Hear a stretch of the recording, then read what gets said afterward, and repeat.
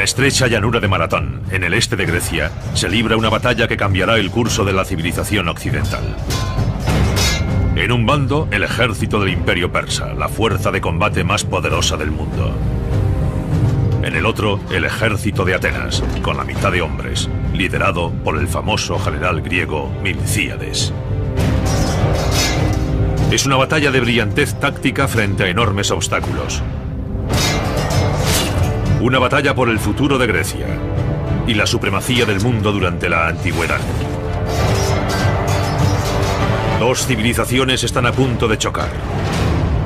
Oriente contra Occidente, en la llanura de Maratón.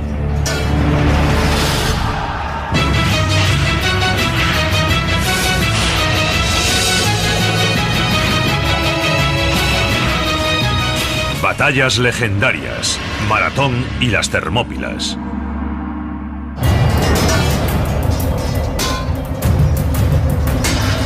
La muerte llega rápidamente. Durante 6 días, el ataque brutal de un invasor sin rostro tiñe el suelo de sangre.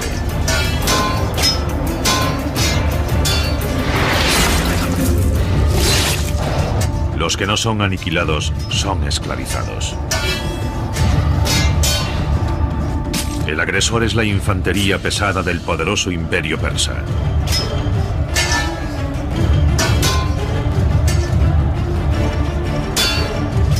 Les llaman los Inmortales. Las víctimas son los habitantes de la isla de Eubea, en la ciudad griega de Eritrea. 600 barcos de guerra persas habían cruzado el mar Egeo, arrasando las islas griegas que encontraban a su paso. Pero Eubea no es su destino final. Se dirigen a Atenas. Su objetivo, destruirla por completo. Recorrieron el Mediterráneo oriental saltando de isla en isla durante su campaña, algo muy parecido a lo que los Estados Unidos hicieron en Japón durante la Segunda Guerra Mundial. Fueron invadiendo islas pequeñas y convirtiéndolas en bases logísticas para lograr una posición desde la que poder atacar a Atenas. Nada detiene a la máquina de guerra persa. Desde Eritrea se dirigen a Atenas. Los persas pueden merendarse cualquier ciudad del tamaño de Atenas. Están tan seguros de su éxito que van cargando sus barcos con mármol para poder construir un monumento de la victoria cuando hayan reducido a Atenas a cenizas. El imperio persa es enorme. Sus fronteras se extienden desde el río Indo, en la India, hasta el río Nilo, en Egipto. Persia era el mayor imperio que la historia había conocido, no solo en términos geográficos, sino también demográficos, millones de personas. Y era una de las culturas más avanzadas en materias como arquitectura, escritura, diseño. Era un imperio multinacional. El imperio persa integraba más nacionalidades y religiones de las que hubiesen existido antes en cualquier otro imperio. Por el contrario, Atenas es solo una más entre las heterogéneas ciudades-estado griegas. La Grecia actual, en aquella época, no era una nación, sino numerosas ciudades-estado. Desde Macedonia en el norte hasta Atenas, Corinto o Esparta. Todos esos estados cuyos nombres van apareciendo en la historia.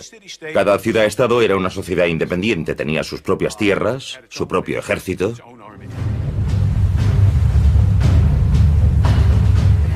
Pero a bordo de su buque de guerra, el comandante persa Dati solo tiene en mente una de esas ciudades-estado, Atenas. Está tan seguro de que logrará destruir esa histórica ciudad que su única preocupación es cómo va a destruirla. Una posibilidad es atacar Atenas directamente desde el mar, pero es un poco complicado. Atenas está amurallada y un asalto anfibio desde el mar frente al enemigo es una opción arriesgada. Por tanto, decide no atacar Atenas de frente, sino buscar un lugar a unos 40 kilómetros de distancia de la ciudad, desembarcar allí y considerar un par de posibilidades. O el ejército griego responde y sale a su encuentro, o desembarca, reúne a su ejército y simplemente marcha hacia Atenas por tierra. Entre esas dos opciones, una campaña terrestre o un desembarco anfibio, optó por la campaña terrestre. Datis dirige su flota de 600 barcos hasta situarse a unos 42 kilómetros de Atenas, en Maratón. Sus barcos echan amarras en la bahía de Maratón y desembarcan en la playa de Chinias. A continuación, los persas acampan en la parte nordeste de la llanura junto al gran pantano. El ejército persa está a punto de caer sobre Atenas. Los atenienses saben que rendirse no es una opción, pero no se ponen de acuerdo sobre cómo deben prepararse. ¿Deberían hacerse fuertes tras los muros de la ciudad o salir al encuentro de los persas para luchar? Algunos atenienses creen que una batalla en campo abierto contra los persas es un suicidio.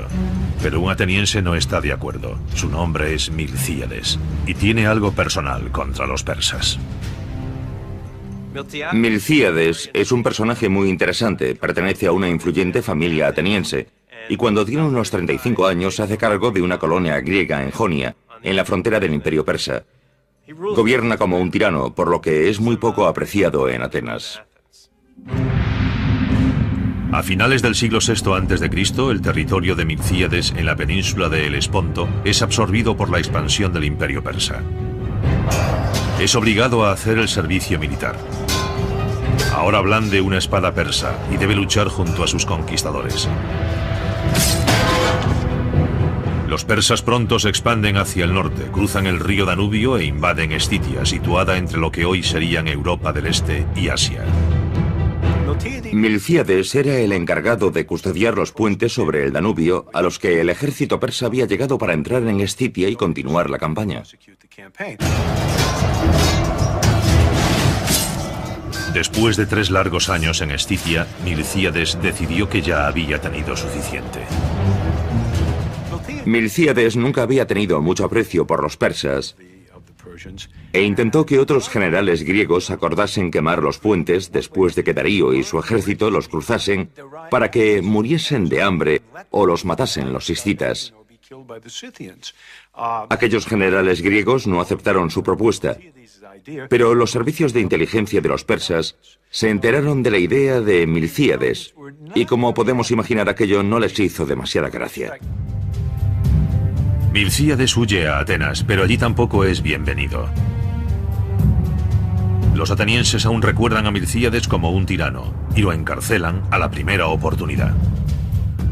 3 años después de su llegada a Atenas, Milcíades se enfrenta a la pena de muerte por tiranía, pero guarda un as en la manga. Sabe qué planean los persas.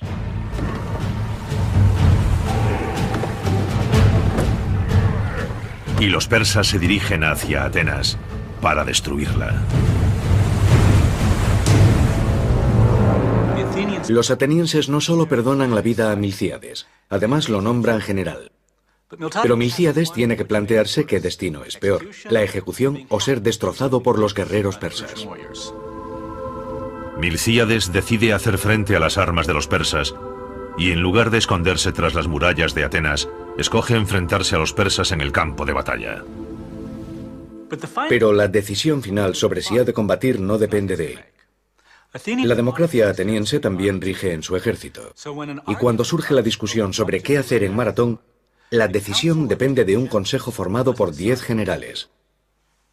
Atacar o retirarse y tratar de conseguir ayuda de otras ciudades-estado griegas.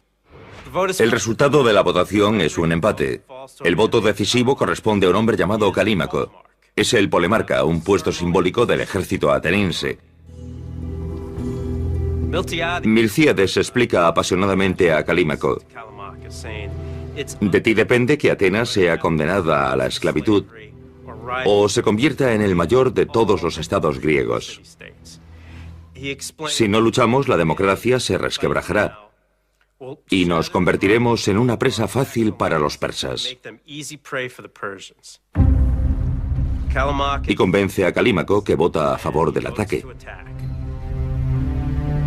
Milcíades consigue su guerra. Dirige a todo el ejército ateniense, unos 10.000 hombres, 42 kilómetros hacia el este, hacia la llanura de Maratón. Milcíades parece tenerlo todo en contra. El ejército persa es colosal. 2 veces mayor que el ateniense. 20.000 soldados de infantería, 3.000 arqueros, 2.000 soldados de caballería. Milcíades analiza la situación y percibe de inmediato su inferioridad numérica. Y no solo son superados en números, sino también en armamento si consideramos los contingentes de arqueros y soldados de caballería. Incluso si logran frenar a la infantería persa, los atenienses no tienen forma de contrarrestar su caballería. Su inferioridad es enorme. La caballería es una de las claves del éxito militar de los persas. Fue uno de los primeros ejércitos que integraron plenamente los caballos y la infantería pesada para formar un doble ataque devastador.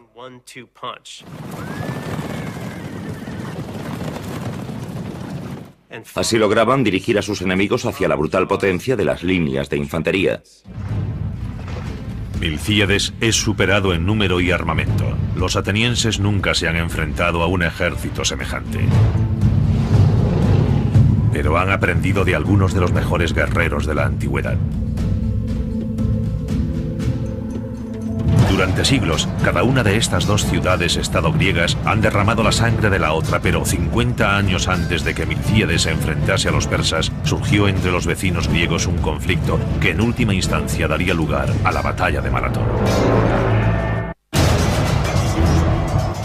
En el año 540 a.C., 50 años antes de la batalla de Maratón, dos ciudades-estado griegas, Atenas y Esparta, se enfrentan en campo abierto.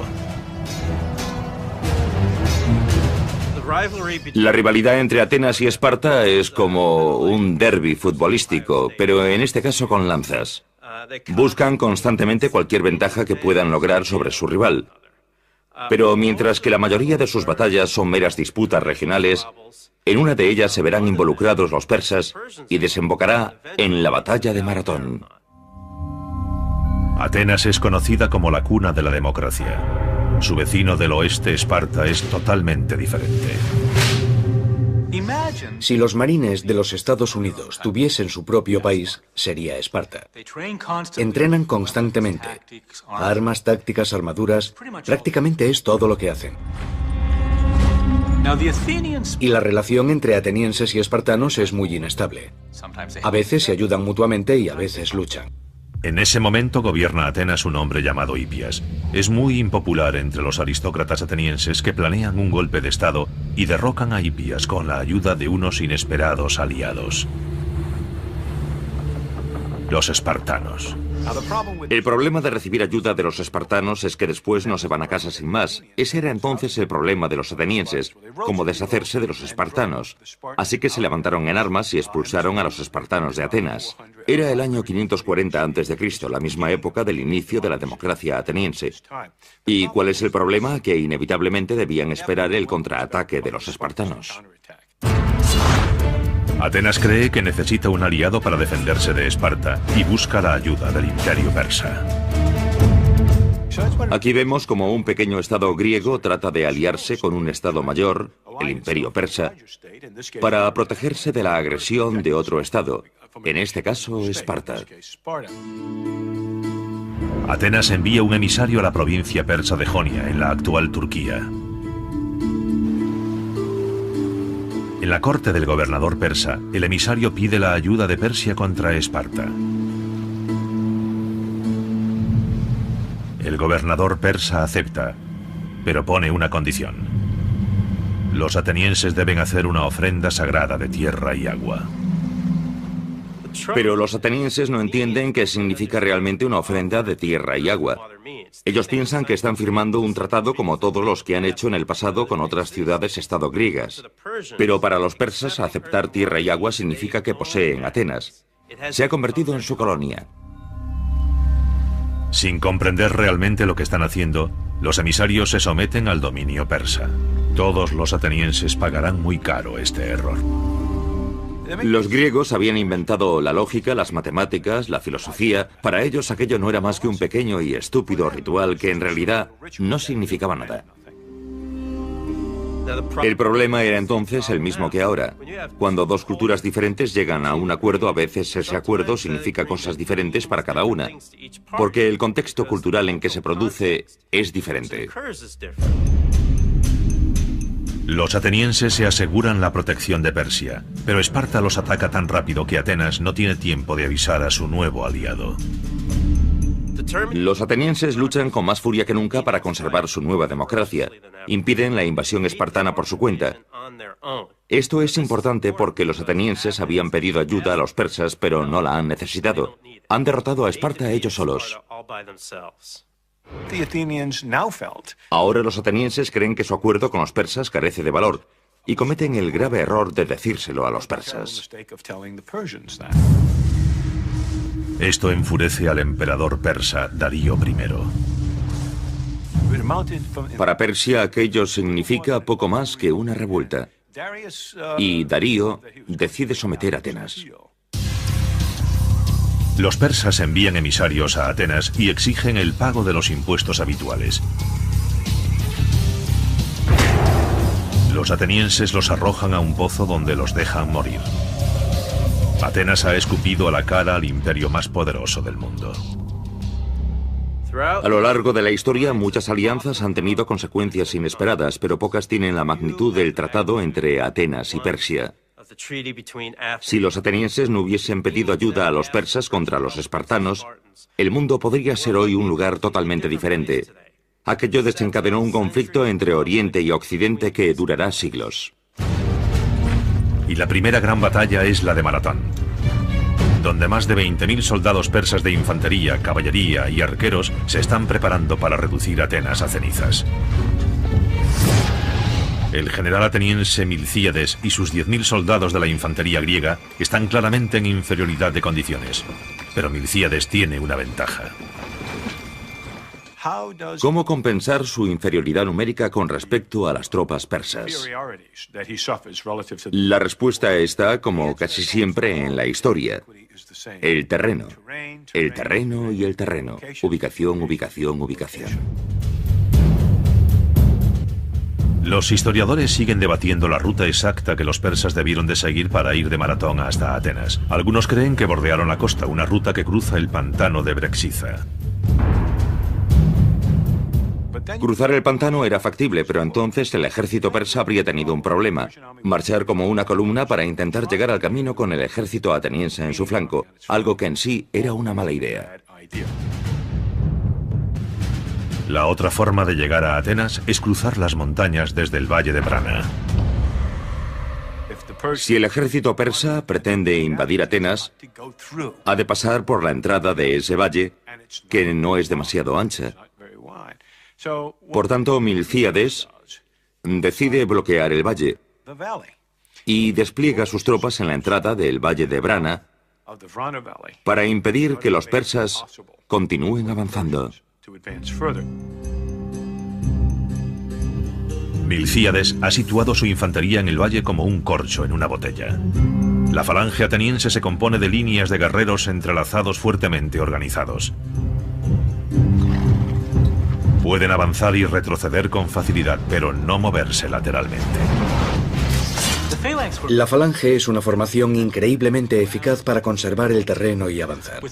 Cada fila de hombres firmemente unidos utiliza los escudos superpuestos de la fila contigua para formar un muro blindado.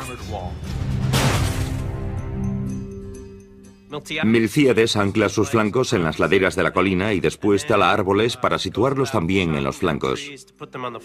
¿Por qué lo hace? Sabe perfectamente que los puntos débiles de la falange griega son sus flancos. Siempre que ha sido derrotada lo ha sido por ataques por los flancos de otra falange, o principalmente por la caballería enemiga. En el valle, los flancos de la falange están bien protegidos. Para no depender únicamente del desnivel y las rocas, apila maleza, árboles y troncos para impedir cualquier ataque de la caballería enemiga. Gracias a esta logística, a la situación de sus tropas, ha eliminado a la caballería de la batalla. Es una maniobra brillante. Datis, el comandante persa, no se preocupa y prepara su infantería. Durante 3 días los persas forman listos para la batalla, pero los griegos optan por no enfrentarse a ellos y permanecer en su zona de protección. Cada día sin luchar es una victoria. Su función es bloquear el camino para proteger Atenas. Por tanto, si los persas deciden quedarse allí durante varias semanas, a Milcíades le parecerá bien. Pero los persas no piensan igual. Los persas, frustrados, por fin se lanzan al ataque. Los atenienses adoptan su posición de combate.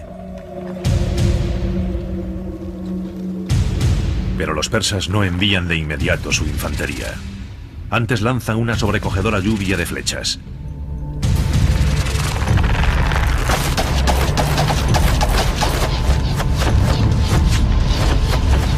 Los atenienses no tienen dónde ocultarse de los proyectiles.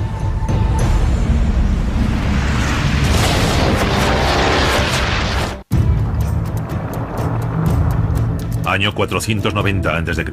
Los griegos de Atenas se enfrentan a los poderosos persas en las llanuras de Maratón. Los persas atacan primero con una devastadora lluvia de flechas.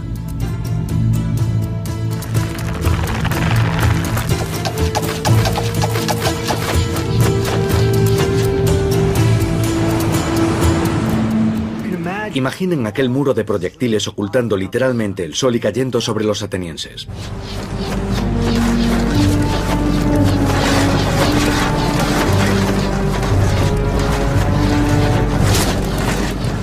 Pero los atenienses se sacuden las flechas de encima como si fuesen mosquitos. Miles de flechas persas, pero muy pocas bajas atenienses. A pesar de que los persas los doblan en número, los atenienses encabezados por el general Milcíades se burlan de ellos. Los persas tienen una misión: atravesar el muro de soldados griegos, marchar hasta Atenas y reducir la ciudad a cenizas. Nadie sabe exactamente lo que ocurre a continuación. Cada historiador tiene una teoría sobre lo que sucedió en Maratón y por qué. Y eso sucede porque solo disponemos de una fuente, el historiador griego Heródoto. El problema es que Heródoto no escribe objetivamente. Parece que escribe el primer blog de la historia. Combina hechos, mitos, anécdotas y rumores en una gran historia, pero nadie en su sano juicio cree que todo es verdad. Entonces, ¿quién atacó primero en Maratón y por qué? Desde la perspectiva ateniense no hay necesidad de atacar a nadie. Pero Datis, el comandante persa, está ansioso por entrar en combate. Tras el fallido ataque con proyectiles, solo hay una cosa que pueda hacer. Solo puede ordenar un asalto frontal. Tendrá que ser un combate cuerpo a cuerpo. 10.000 soldados de la infantería ligera persa cruzan a la carga la llanura de Maratón. Les espera la falange ateniense, un muro de bronce de lanzas y escudos.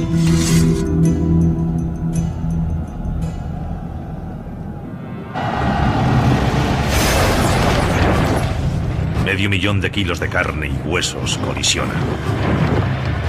El oplón ayuda a los atenienses a crear ese muro. El escudo griego llamado oplón es más que una tapa de cubo de basura mitificada. Es una innovación bélica revolucionaria. El oplón es un gran escudo circular de madera en forma de cuenco y recubierto de bronce. Puede resistir las flechas y los golpes de las espadas sin astillarse.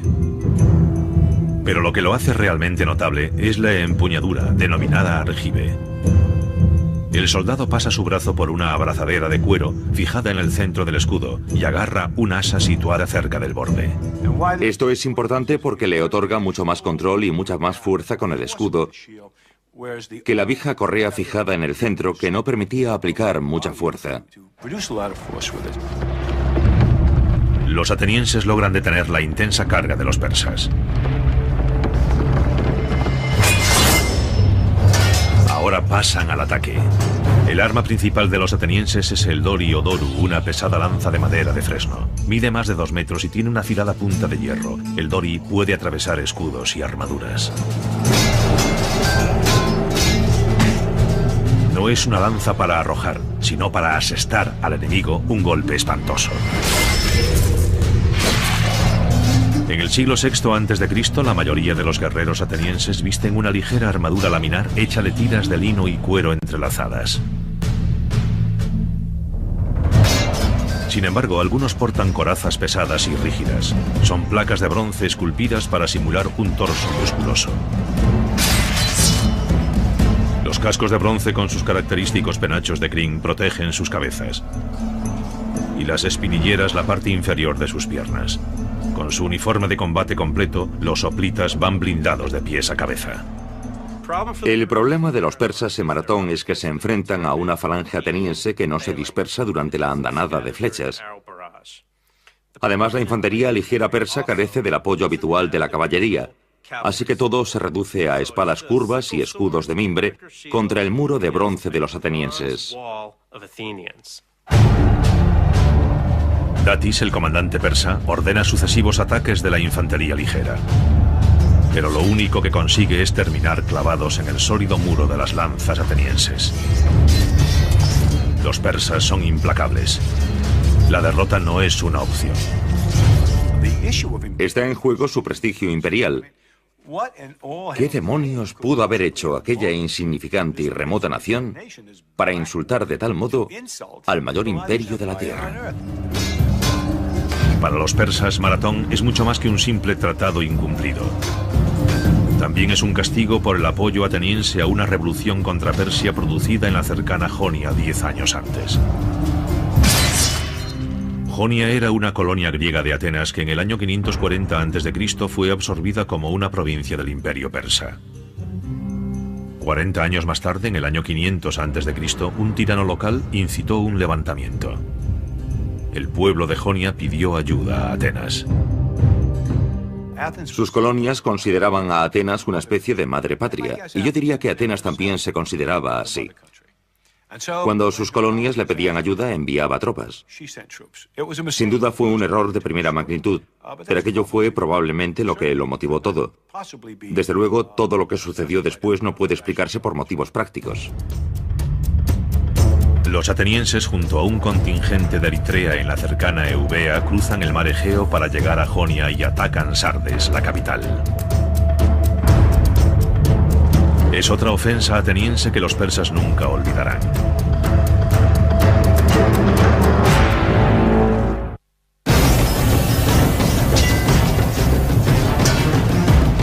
Año 500 a.C. 10 años antes de la batalla de Maratón, ha estallado una revuelta en Jonia. Varios contingentes griegos, incluido el de los atenienses, atacan Sardis, la capital jónica controlada por los persas, y la reducen a cenizas. La situación de Persia se complica, pues al mismo tiempo están combatiendo en la India, Egipto y Escitia. Los rebeldes jónicos asestan un duro golpe, pero su victoria no durará mucho. Los persas aumentaron el número de tropas y comenzaron a sofocar la revuelta jónica. Los atenienses, sabiendo que la discreción es la mejor parte del valor, regresaron a casa. Los eubeos hicieron lo mismo y la revuelta jónica, aunque aún perduró con distinta intensidad durante los siguientes 5 años, terminó por extinguirse y Persia recuperó la costa jónica. Pero el rey persa Darío está furioso y jura vengarse. Darío pide a su dios que le permita vengarse de Atenas. Incluso ordena que un sirviente se acerque a él 3 veces cada noche durante la cena y le susurre al oído: Señor, recuerde a los atenienses. Tiene problemas con Egipto y está en guerra con la India y Escitia, pero siempre tiene en mente vengarse de Atenas. El rey Darío intenta vengarse de los atenienses en el año 490 a.C., en Maratón.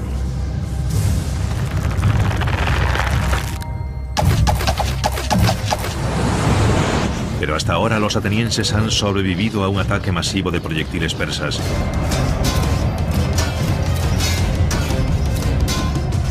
Y ahora se mantienen firmes contra la infantería ligera persa. El general Milcíades ha posicionado brillantemente su fuerza defensiva.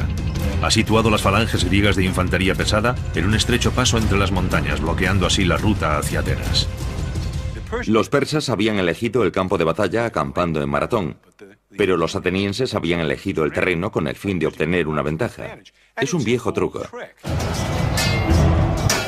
Pero da resultado. La infantería ligera persa ni siquiera logra hacer mella en el muro ateniense.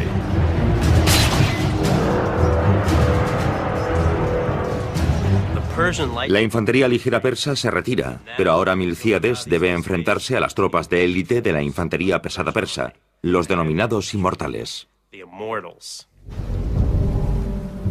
Los legendarios inmortales forman las tropas de asalto del imperio persa. Con el rostro oculto marchan a la batalla en completo silencio. Son la peor pesadilla de los atenienses. Además de su letal habilidad bélica, la presencia de los inmortales obliga a Milcíades a cambiar sus tácticas.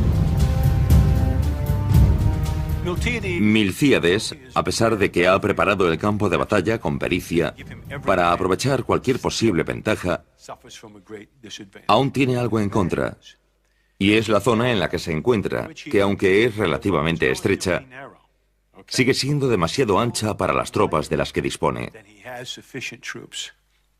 Lo que hace es debilitar su centro y desplazar las tropas adicionales. De esta manera, cuando analizamos el despliegue ateniense, vemos un ejército relativamente débil en el centro, pero con poderosas falanges a cada lado. Debilitar el centro de su falange es una apuesta muy arriesgada, pero no será la única de Milcíades. Decide adelantar sus tropas más allá de la protección del valle. Sabe que si se queda donde está cuando el centro sea atacado, cederá. Si eso ocurre, donde está no dispondrá de suficiente espacio para que las poderosas falanges de los extremos maniobren hacia el interior. No hay suficiente espacio, su situación en el terreno no se lo permite, así que tiene un problema táctico muy delicado. Milcíades debe hacer avanzar a sus tropas lo suficiente para que las falanges dispongan de espacio para maniobrar. Pero ¿cuánto puede alejarse Milcíades del valle? Si no se aleja lo suficiente, sus flancos no podrán maniobrar. Si se aleja demasiado, los persas podrían superar sus flancos y rodearlos. Está tomando estas decisiones sobre la marcha y no sabrá cuánto puede alejarse hasta que no haya vuelta atrás.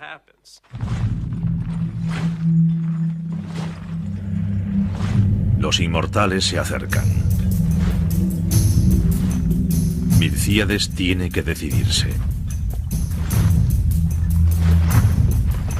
Ordena a sus tropas que cambien de posición. Heródoto nos dice que en Maratón los hoplitas griegos corren hacia la batalla por primera vez. ¿Por qué nunca lo habían hecho? Por el agotamiento. Los griegos llevan una armadura pesada y lanzas largas, y si corren consumen una gran cantidad de energía. Además, correr plantea otro problema con las propias falanges. Su fuerza radica en su cohesión. Si se debilita conforme avanzan, inmediatamente se vuelve vulnerable. En mi opinión, Heródoto describe un cambio de posición a la carrera, no un movimiento de combate a la carrera. Al recibir la orden, todos avanzarían unos 200 metros intentando en lo posible no perder la posición. Se detendrían y volverían a formar muy rápidamente. Así, en el momento de entrar en combate con los persas, las unidades estarían de nuevo en formación, con las filas listas para recibir la carga.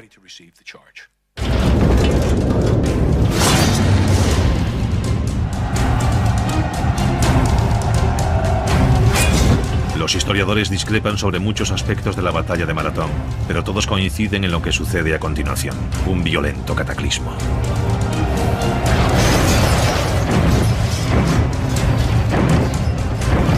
Ambos ejércitos chocan en una espantosa vorágine de bronce y sangre.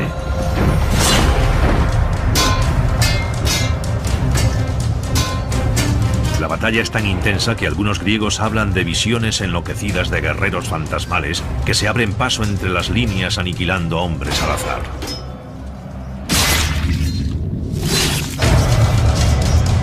Pero la realidad es igual de aterradora. Los persas avanzan en tropel y los atenienses se ven obligados a retroceder. El centro está debilitado, no puede resistir el ataque persa y está a punto de ceder. Hacen que se repliegue hacia el valle. La presa hoplita está a punto de ceder y Atenas parece estar condenada. El centro de Milcíades está al borde del colapso, pero en los flancos sucede algo bien distinto. La táctica habitual de la infantería persa es situar sus unidades más fuertes en el centro y las más débiles en los flancos. Lo hacen porque los flancos suelen recibir el apoyo de la caballería. Milcíades lo sabía y desvía sus propias tropas hacia los flancos. La caballería persa es inútil en ese terreno y los atenienses pueden abrir brecha en los debilitados flancos de los persas.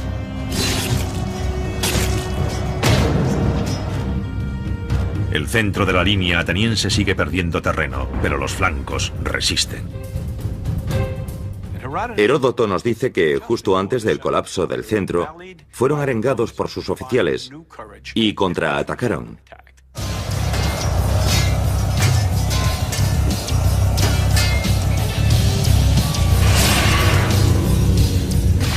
Contraatacan lo suficiente para detener el avance enemigo por el centro. En ese momento, las poderosas falanges de los extremos se desplazan hacia el centro, atrapando a sus enemigos en una V. Y literalmente los aniquilan. En un audaz golpe de brillantez táctica, Milcíades ha dado un giro completo a la batalla contra los persas.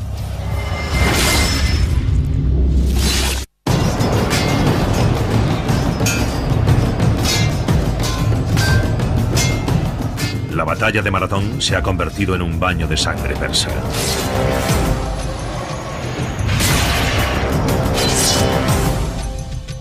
Mientras mantiene sus flancos inmóviles, el general ateniense Milcíades ha hecho retroceder el centro de sus tropas, conduciendo a la infantería persa a una trampa mortal.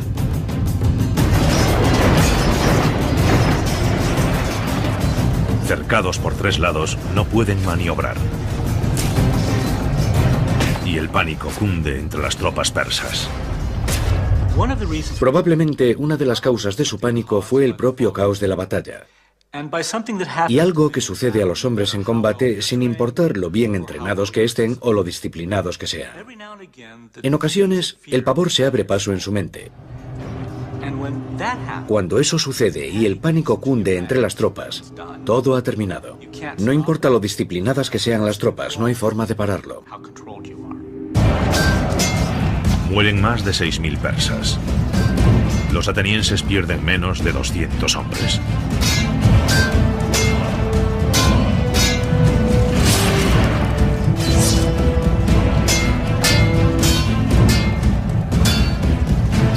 Uno de los caídos es Calímaco, el hombre cuyo voto deshizo el empate y llevó a los atenienses a la batalla. Hay quien considera Maratón como el primer ejemplo conocido de una maniobra de pinza o doble envolvimiento, pero no fue realmente así. Milcíades solo utiliza un contingente de tropas, no rodea completamente al enemigo. Los persas todavía disponen de una vía de retirada. Y la utilizan. Los persas huyen hacia la playa a la carrera. Es bastante improbable que los atenienses persiguieran de inmediato a los persas, porque los atenienses estarían completamente agotados. Lo más probable es que Milcíades y sus hombres descansasen hasta poder volver al ataque.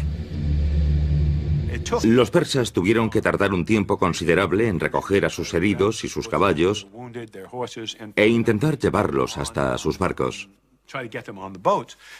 Podrían haber tardado varias horas, entre 8 y 10 horas. En ese tiempo los griegos pudieron descansar, formar de nuevo y empezar a, yo no diría a perseguir. Empezaron a marchar hacia la playa para obligar a los persas a huir. El combate estalla de nuevo cuando los soldados de la retaguardia persa intentan proteger la retirada.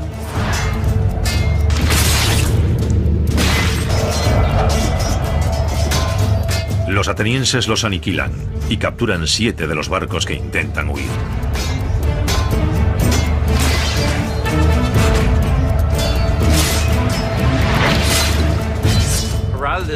Heródoto cuenta que un soldado agarra un bote con su mano izquierda y los persas se la cortan para huir. Sin inmutarse, agarra el bote con su mano derecha. También se la cortan. Entonces el soldado griego muerde el bote y trata de mantenerlo en la playa con sus dientes. Este es el tipo de hipérbole muy propia de Heródoto. Los atenienses aniquilan a la infantería persa, pero el peligro aún no ha desaparecido. Los persas no ponen rumbo a Asia, se dirigen directamente hacia Atenas. Milcíades envía un mensajero griego desde Maratón hasta Atenas para que informe de la victoria. El ateniense recorre los 41,84 kilómetros que separan Maratón de Atenas, llega a la plaza del pueblo, levanta las manos y dice Nike, que significa victoria, y cae muerto, quizás de un ataque al corazón o un derrame cerebral. Desde entonces llamamos maratón a una carrera de 26 millas o 41,84 kilómetros, la distancia entre Atenas y Maratón. Pero mientras el mensajero recorre ese primer maratón, Milcíades se da cuenta de que la batalla aún no ha terminado. Cuando Milcíades se da cuenta de lo que pretenden los persas, envía otro mensajero a Atenas para alertarlos. A continuación, reúne sus tropas para regresar a la ciudad a marchas forzadas. Es difícil imaginar el cansancio de aquellos soldados de infantería en ese momento, pero si pretenden salvar Atenas, tienen que seguir adelante. Los atenienses marchan durante toda la noche.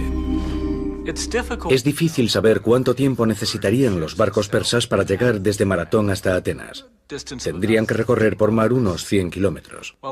Un barco de la época podía hacerlo en unas 10 horas. Aunque todo dependía de las corrientes, las condiciones meteorológicas, el peso que transportaba el barco. También es posible que algunos de los barcos hubiesen partido con la caballería hacia Atenas un día o dos antes. Por lo tanto, Milcíades no está seguro de si ha ganado la batalla habiendo perdido la guerra. A la mañana siguiente, el comandante persa Datis entra en el puerto de Atenas con sus 600 barcos. En las murallas de la ciudad ve a Milcíades con todo el ejército ateniense. Datis analiza la situación. Comprende las dificultades que entraña un desembarco anfibio. Lo piensa mejor. Se vuelve hacia su timonel y le ordena dar media vuelta y regresar a Persia. Atenas sigue siendo libre. Cuando los barcos persas se alejan, la infantería ateniense puede por fin celebrar su asombrosa victoria en Maratón. Para conmemorar la victoria, los atenienses construyen uno de los edificios más famosos de la historia de la humanidad, el Partenón, un enorme templo en honor de la diosa Atenea. En sus paredes tallan 192 figuras, una por cada ateniense caído en Maratón. Tras la derrota en Maratón, Datis regresa a la corte del rey Darío. Hay quien opina que es ejecutado por su fracaso. Y aunque no hay pruebas de ello, eso es lo último que sabemos de Datis. Lo que sí sabemos es que Darío estaba furioso. Furioso porque, una vez más, aquel diminuto y bárbaro estado ha insultado al gran imperio persa y se ha salido con la suya. Darío jura que si vive lo suficiente se vengará de los atenienses, pero evidentemente no vivirá lo suficiente. La venganza por la derrota de los persas en Maratón recae en el hijo de Darío, Jerjes. 40 años después de Maratón viajará personalmente a Grecia para cumplir los deseos de su padre. La transmisión de este deseo de venganza contra Atenas desembocará 40 años después en una de las batallas legendarias de la historia bélica de Occidente. La heroica defensa de los 300 en el paso de las Termópilas. En las Termópilas, el gran comandante espartano Leónidas utilizará contra los persas las mismas tácticas que Milcíades había aplicado casi medio siglo antes en Maratón. Maratón es uno de esos momentos que definen la historia de Occidente. De hecho, define lo que es ser occidental y griego, o persa y oriental. No es el final de la historia. De hecho, es solo el comienzo de la misma. La batalla de Maratón dice al mundo de la antigüedad que Persia no es invencible, y se convertirá en el grito de batalla de futuras rebeliones por todo el imperio. Grecia y Persia seguirán enfrentándose ocasionalmente durante los siguientes 100 años. Esa lucha hará que Grecia pase del anonimato a ocupar un lugar preponderante en la antigüedad. Y todo comienza con la sangre derramada en la llanura de Maratón.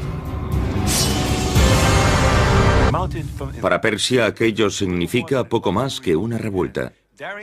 Y Darío decide someter a Atenas. Los persas envían emisarios a Atenas y exigen el pago de los impuestos habituales. Los atenienses los arrojan a un pozo donde los dejan morir. Atenas ha escupido a la cara al imperio más poderoso del mundo. A lo largo de la historia, muchas alianzas han tenido consecuencias inesperadas, pero pocas tienen la magnitud del tratado entre Atenas y Persia. Si los atenienses no hubiesen pedido ayuda a los persas contra los espartanos, el mundo podría ser hoy un lugar totalmente diferente. Aquello desencadenó un conflicto entre Oriente y Occidente que durará siglos. Y la primera gran batalla es la de Maratón, donde más de 20.000 soldados persas de infantería, caballería y arqueros se están preparando para reducir Atenas a cenizas. El general ateniense Milcíades y sus 10.000 soldados de la infantería griega están claramente en inferioridad de condiciones, pero Milcíades tiene una ventaja. ¿Cómo compensar su inferioridad numérica con respecto a las tropas persas? La respuesta está, como casi siempre en la historia, el terreno. El terreno y el terreno. Ubicación, ubicación, ubicación. Los historiadores siguen debatiendo la ruta exacta que los persas debieron de seguir para ir de Maratón hasta Atenas. Algunos creen que bordearon la costa, una ruta que cruza el pantano de Brexiza. Cruzar el pantano era factible, pero entonces el ejército persa habría tenido un problema: marchar como una columna para intentar llegar al camino con el ejército ateniense en su flanco, algo que en sí era una mala idea. La otra forma de llegar a Atenas es cruzar las montañas desde el valle de Brana. Si el ejército persa pretende invadir Atenas, ha de pasar por la entrada de ese valle, que no es demasiado ancha. Por tanto, Milcíades decide bloquear el valle y despliega sus tropas en la entrada del valle de Brana para impedir que los persas continúen avanzando. Milcíades ha situado su infantería en el valle como un corcho en una botella. La falange ateniense se compone de líneas de guerreros entrelazados fuertemente organizados. Pueden avanzar y retroceder con facilidad, pero no moverse lateralmente. La falange es una formación increíblemente eficaz para conservar el terreno y avanzar. Cada fila de hombres firmemente unidos utiliza los escudos superpuestos de la fila contigua para formar Muy delicado. Milcíades debe hacer avanzar a sus tropas lo suficiente para que las falanges dispongan de espacio para maniobrar. Pero ¿cuánto puede alejarse Milcíades del valle? Si no se aleja lo suficiente, sus flancos no podrán maniobrar. Si se aleja demasiado, los persas podrían superar sus flancos y rodearlos. Está tomando estas decisiones sobre la marcha y no sabrá cuánto puede alejarse hasta que no haya vuelta atrás.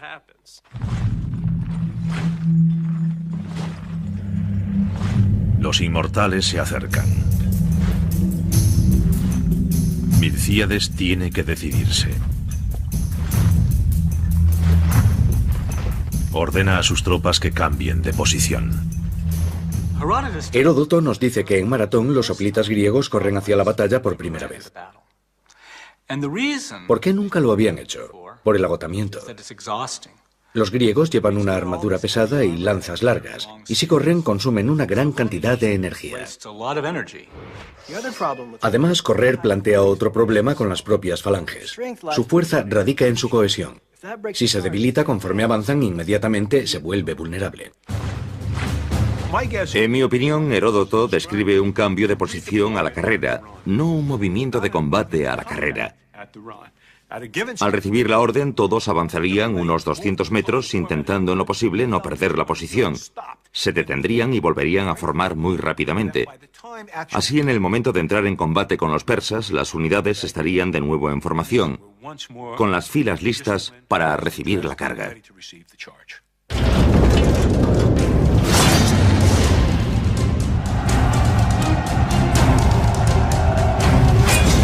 Los historiadores discrepan sobre muchos aspectos de la batalla de Maratón, pero todos coinciden en lo que sucede a continuación, un violento cataclismo.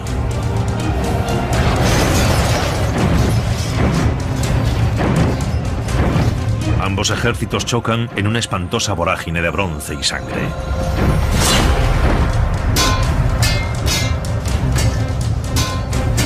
La batalla es tan intensa que algunos griegos hablan de visiones enloquecidas de guerreros fantasmales que se abren paso entre las líneas aniquilando hombres al azar.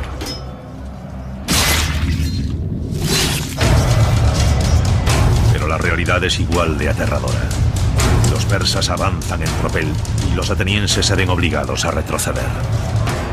El centro está debilitado, no puede resistir el ataque persa y está a punto de ceder. Hacen que se repliegue hacia el valle. La presa hoplita está a punto de ceder y Atenas parece estar condenada. El centro de Milcíades está al borde del colapso, pero en los flancos sucede algo bien distinto. La táctica de tener una ventaja es un viejo truco. Pero da resultado. La infantería ligera persa ni siquiera logra hacer mella en el muro ateniense.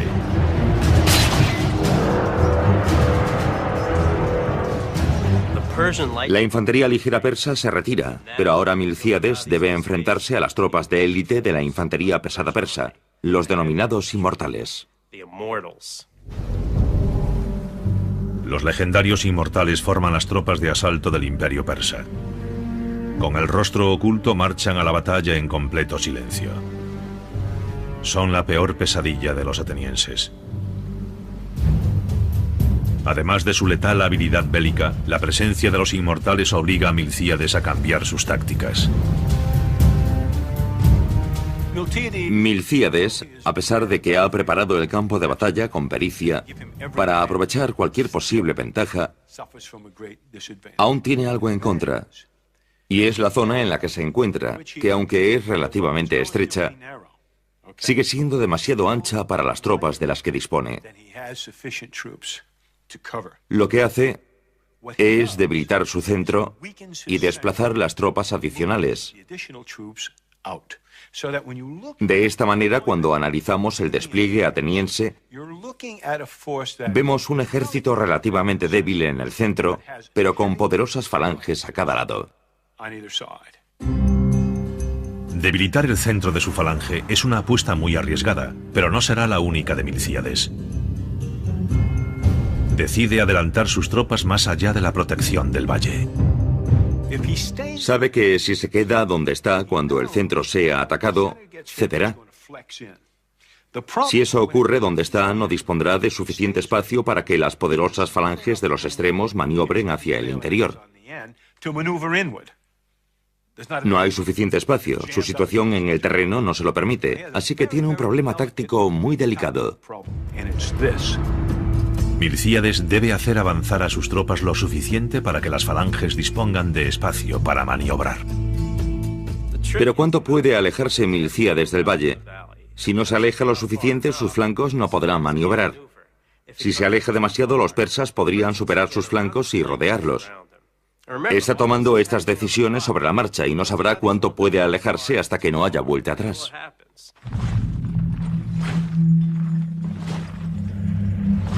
Los inmortales se acercan.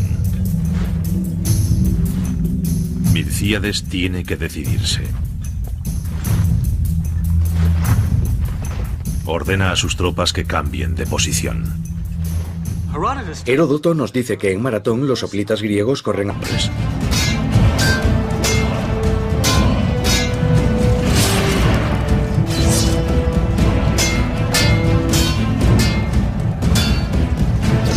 Uno de los caídos es Calímaco, el hombre cuyo voto deshizo el empate y llevó a los atenienses a la batalla.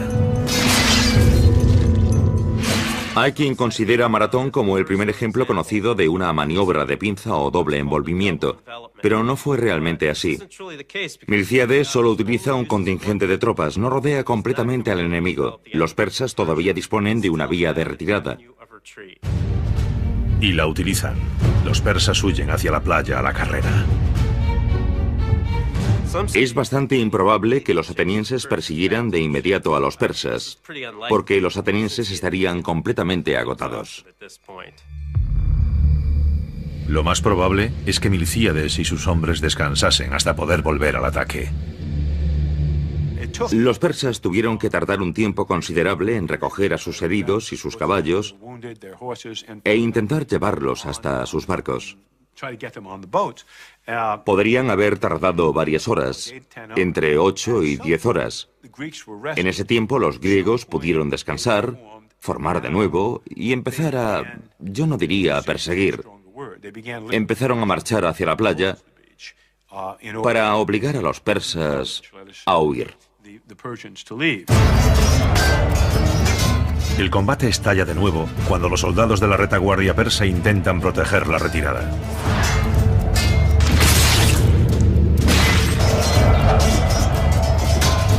Los atenienses los aniquilan y capturan 7 de los barcos que intentan huir.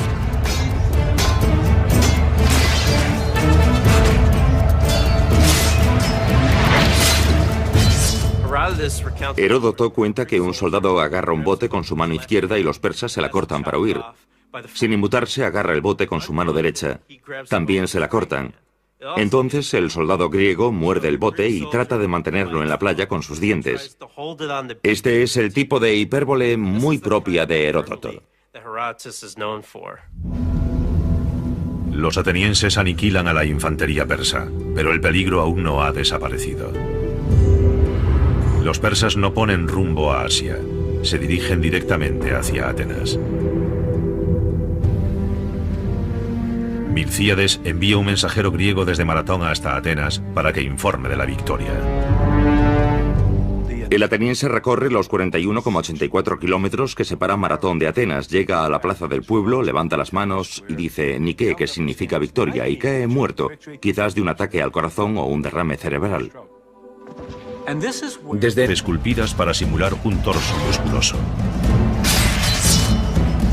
Los cascos de bronce con sus característicos penachos de crin protegen sus cabezas.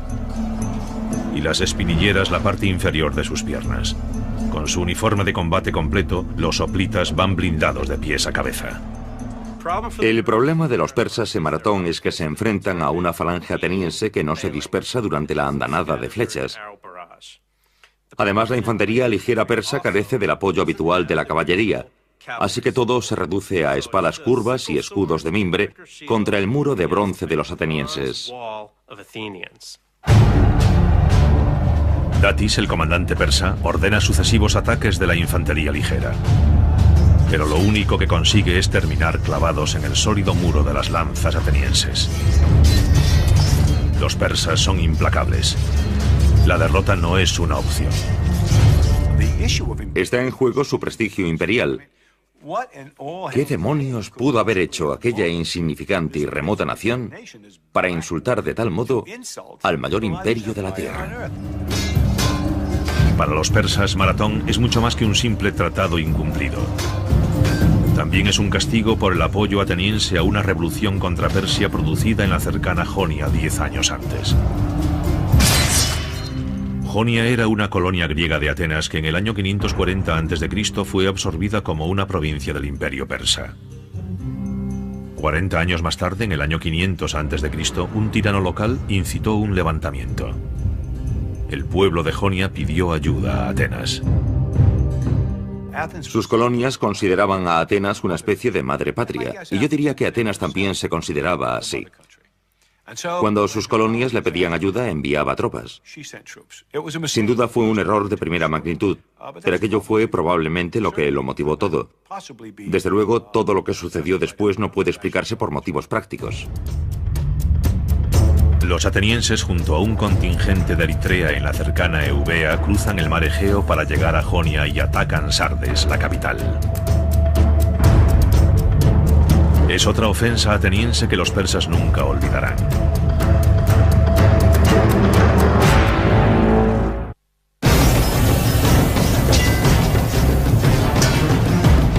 Año 500 a.C. 10 años antes de la batalla de Maratón, ha estallado una revuelta en Jonia. Varios contingentes griegos, incluido el de los atenienses, atacan Sardis, la capital jónica controlada por los persas, y la reducen a cenizas. La situación de Persia se complica, pues al mismo tiempo están combatiendo en la India, Egipto y Escitia. Los rebeldes jónicos asestan un duro golpe, pero Heródoto nos dice que justo antes del colapso del centro, fueron arengados por sus oficiales y contraatacaron.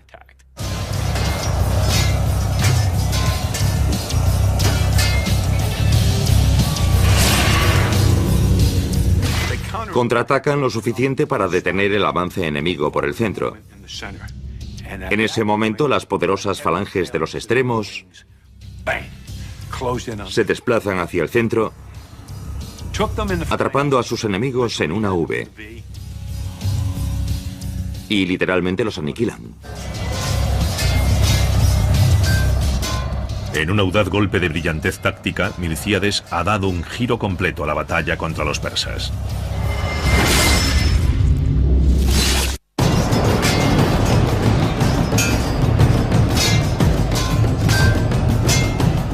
La batalla de Maratón se ha convertido en un baño de sangre persa.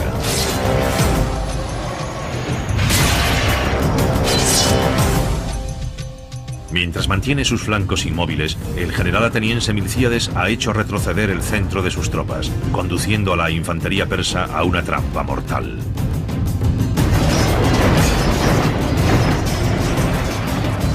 Cercados por tres lados, no pueden maniobrar. Y el pánico cunde entre las tropas persas. Probablemente una de las causas de su pánico fue el propio caos de la batalla. Y algo que sucede a los hombres en combate sin importar lo bien entrenados que estén o lo disciplinados que sean. En ocasiones, el pavor se abre paso en su mente. Cuando eso sucede y el pánico cunde entre las tropas, todo ha terminado. No importa lo disciplinadas que sean las tropas, no hay forma de pararlo. Mueren más de 6.000 persas. Los atenienses pierden menos de 200 hombres.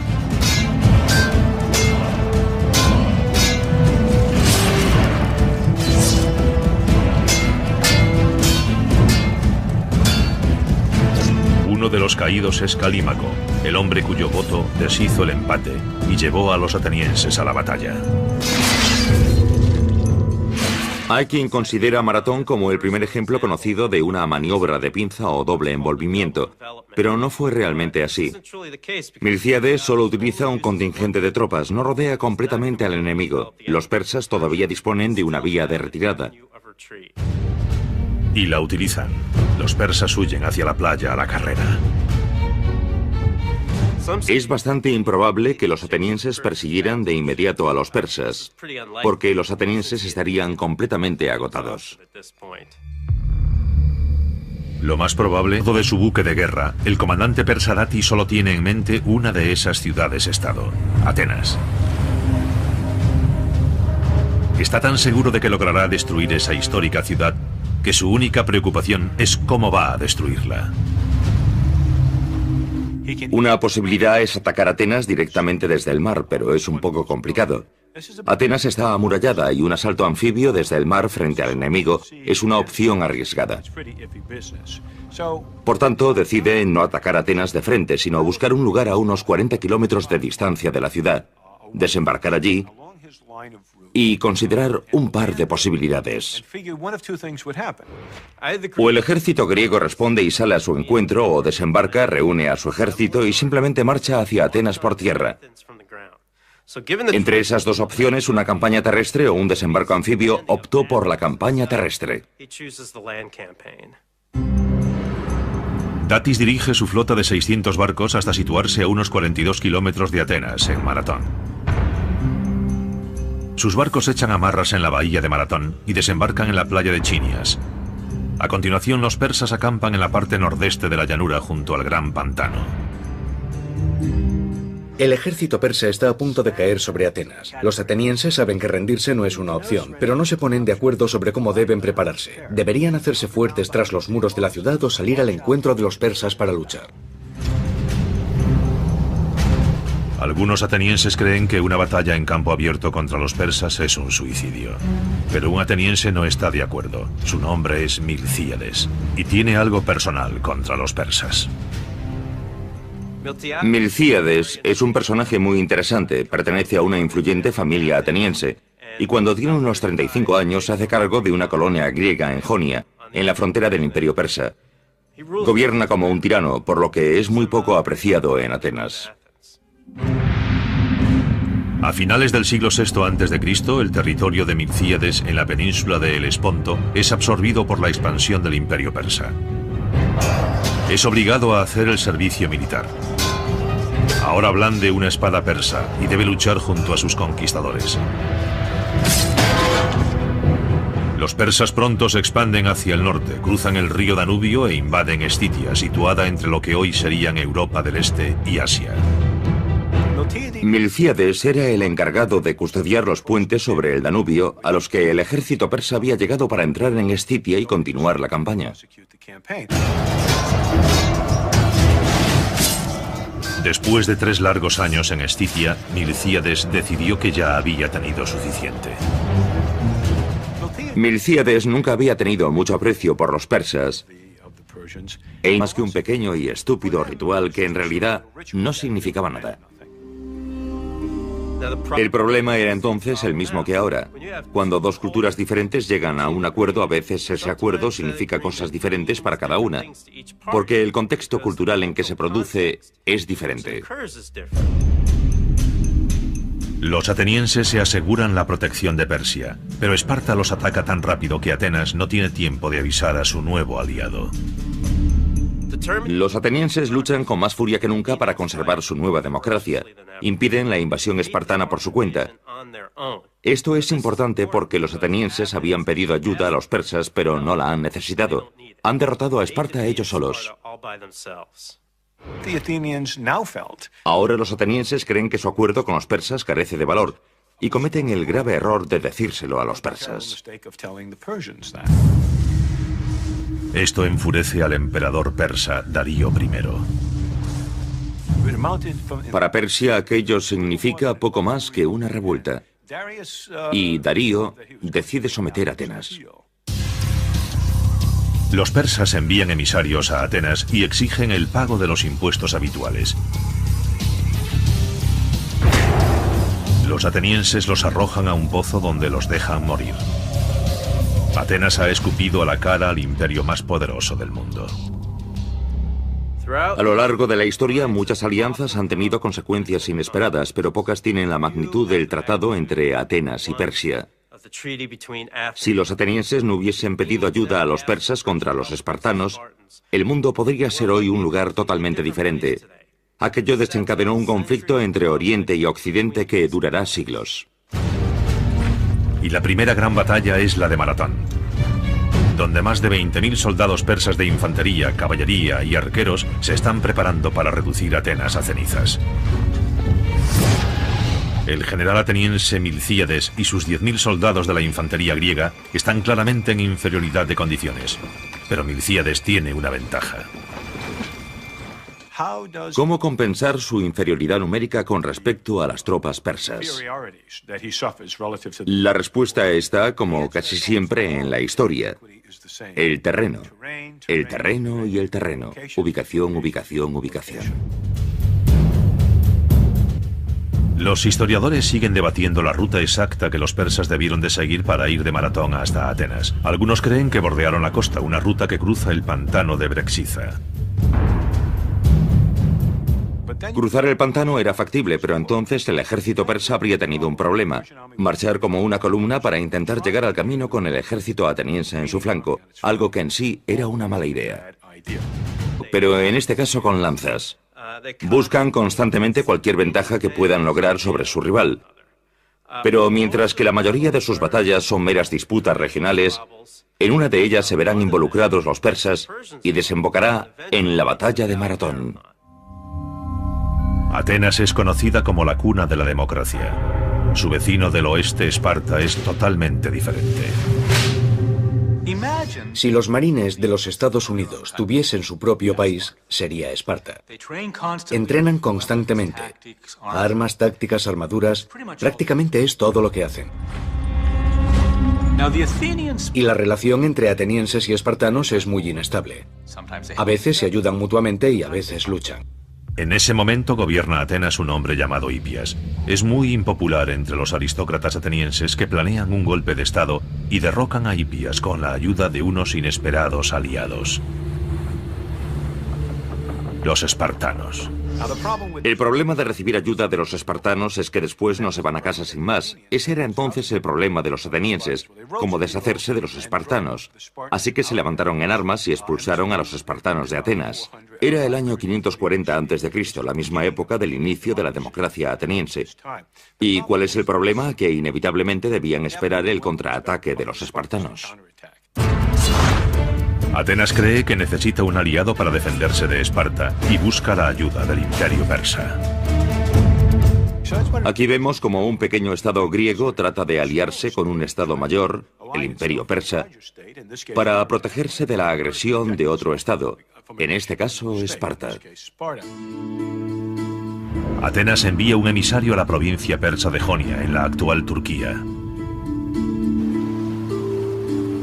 En la corte del gobernador persa, el emisario pide la ayuda de Persia contra Esparta. El gobernador persa acepta, pero pone una condición: los atenienses deben hacer una ofrenda sagrada de tierra y agua.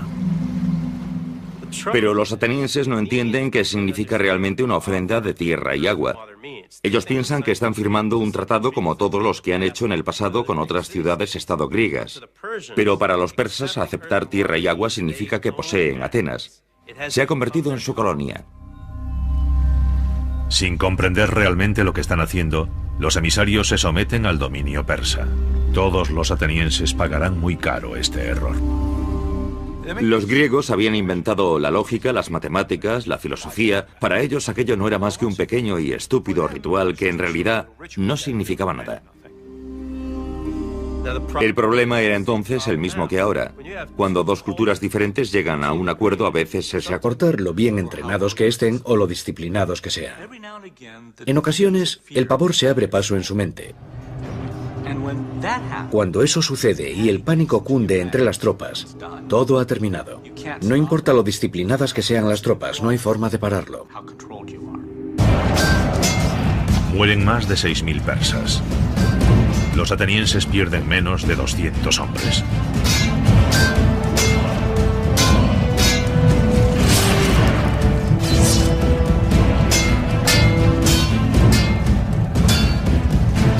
Uno de los caídos es Calímaco, el hombre cuyo voto deshizo el empate y llevó a los atenienses a la batalla. Hay quien considera a Maratón como el primer ejemplo conocido de una maniobra de pinza o doble envolvimiento, pero no fue realmente así. Milcíades solo utiliza un contingente de tropas, no rodea completamente al enemigo. Los persas todavía disponen de una vía de retirada. Y la utilizan. Los persas huyen hacia la playa a la carrera. Es bastante improbable que los atenienses persiguieran de inmediato a los persas, porque los atenienses estarían completamente agotados. Lo más probable es que Milcíades y sus hombres descansasen hasta poder volver al ataque. Los persas tuvieron que tardar un tiempo considerable en recoger a sus heridos y sus caballos e intentar llevarlos hasta sus barcos. Podrían haber tardado varias horas, entre 8 y 10 horas. En ese tiempo los griegos pudieron descansar, formar de nuevo y empezar a, yo no diría a perseguir, empezaron a marchar hacia la playa para obligar a los persas a huir. El combate estalla de nuevo cuando los soldados de la retaguardia persa intentan proteger la retirada.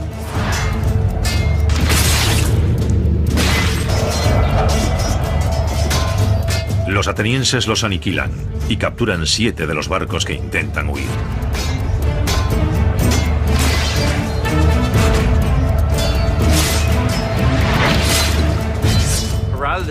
Heródoto cuenta que un soldado agarra un bote con su mano izquierda y los persas se la cortan para huir.